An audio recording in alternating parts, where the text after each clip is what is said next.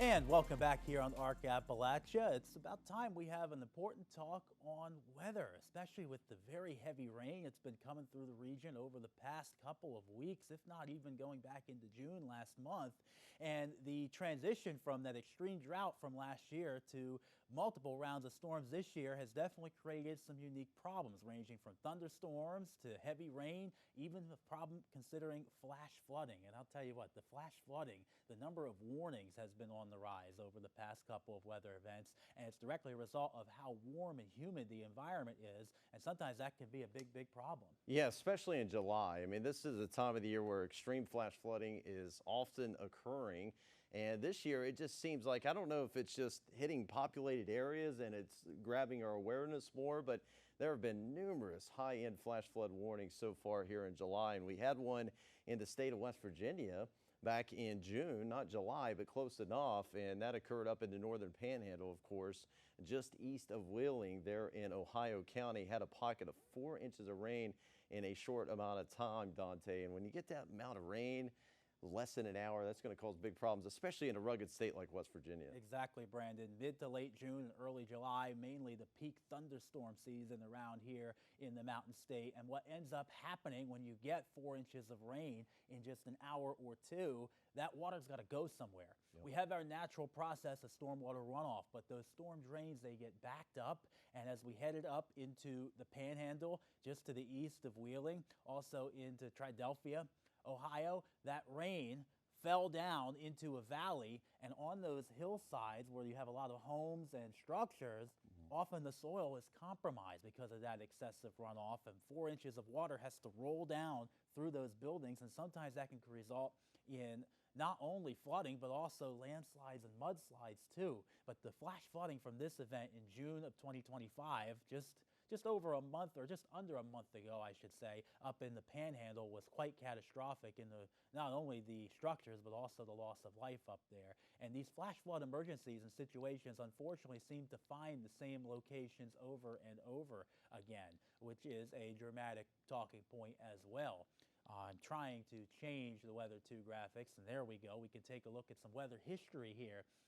Unfortunately, this coming in a historical standpoint, back in 1990, there was another flash flood in that exact same location. Same day. Yes, same day. June 14th of 1990 in Shadyside, Ohio. Very similar situation that resulted in 25 fatalities and around 80 homes destroyed in that location. So unfortunately, sometimes these weather events, they find the same locations when the pattern lines up. And I will say that with flash flooding in the Panhandle, particularly at a local level, you talk about these backdoor fronts that come out of the Northeast, that sometimes, being a New Jersey born and raised person, I kind of knew those backdoor fronts as forecast killers, because we would be thinking it would be a nice 80-degree sunny day.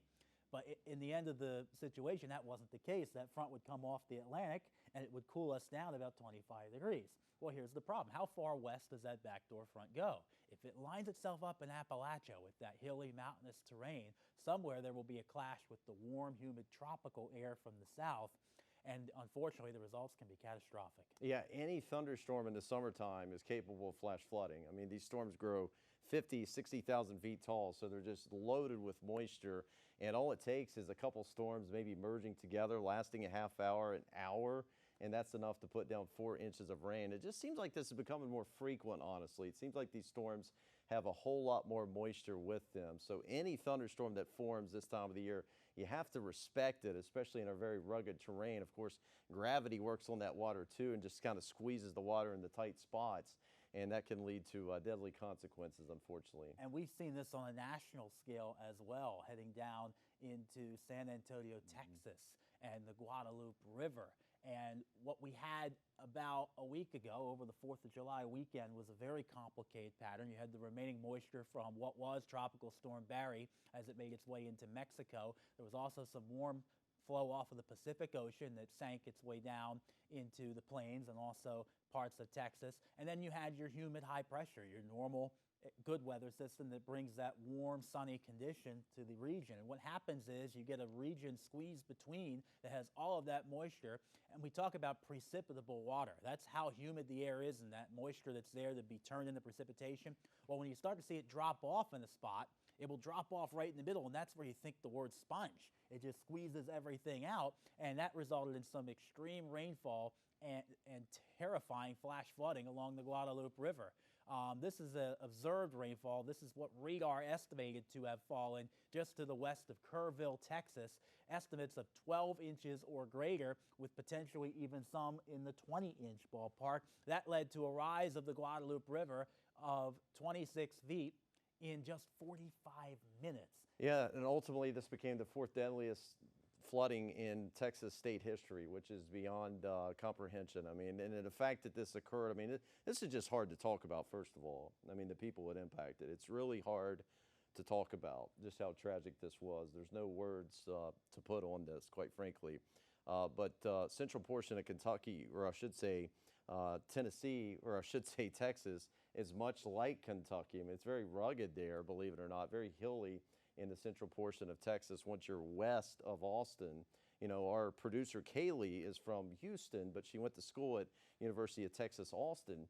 And when she first told me how hilly the terrain is west of Austin, I was kind of surprised by that. But that certainly didn't help matters here. I mean, any location, no matter flat or hilly, if you see 10 to 15 inches of rain in a few hours, that's just too much. That's going to cause devastating consequences, but especially in a semi-arid area like Texas, where you're going to get rapid runoff coming off of those hills. And it's no coincidence there's a history with the Guadalupe River causing big issues over the years. That's right, Brandon. And no matter where you are, flash flooding is always a possibility. And it's important that we need to prepare ourselves for that next potential event. So it's important to understand that when something like this happens at nighttime, you have to have a way to receive emergency alerts. Yeah. Whether that's on your cell phone, whether that's through a NOAA weather radio that's plugged in case the power goes out, or through a weather app. And we like our Storm Team weather app here on Arc Appalachia, because it lets you know by location what the threats and risks are. And if indeed flash flood warnings are issued, that means that you need to take action and be prepared in case a more serious emergency is issued, or in the event of the emergency coming out that flooding is occurring. Right. You do have to take action, move to higher ground immediately, and find some shelter. There's different levels to a flash flood warning. There's radar indicated, there's observed, there's considerable, and then the next level is a flash flood emergency. And flash flood emergencies were issued by the National Weather Service in San Antonio. Yes. So these were issued. It's not like they weren't issued. There's always seems like a false narrative going around when there's a big weather event. A lot of people say, well, we didn't know this was happening, you know, et cetera. Now, I will say this, at nighttime, yes, there's a good chance you didn't know this was happening. I mean, that's what made this so dangerous. I mean, if this happens during the daytime, you can see the water rising, you'll seek higher ground. But just this came together at the wrong time. I mean, that's what makes this so tragic and just hard to talk about, quite frankly, because it just happened at the worst possible time, and that led to, you know, so many deaths. And they're still searching for people in Texas today. Very tragic situation. Our thoughts and prayers with those victims and their families as the search and rescue efforts continue, and we'll keep you prepared should that next flash flooding event strike here in the Mountain State. We'll be right back.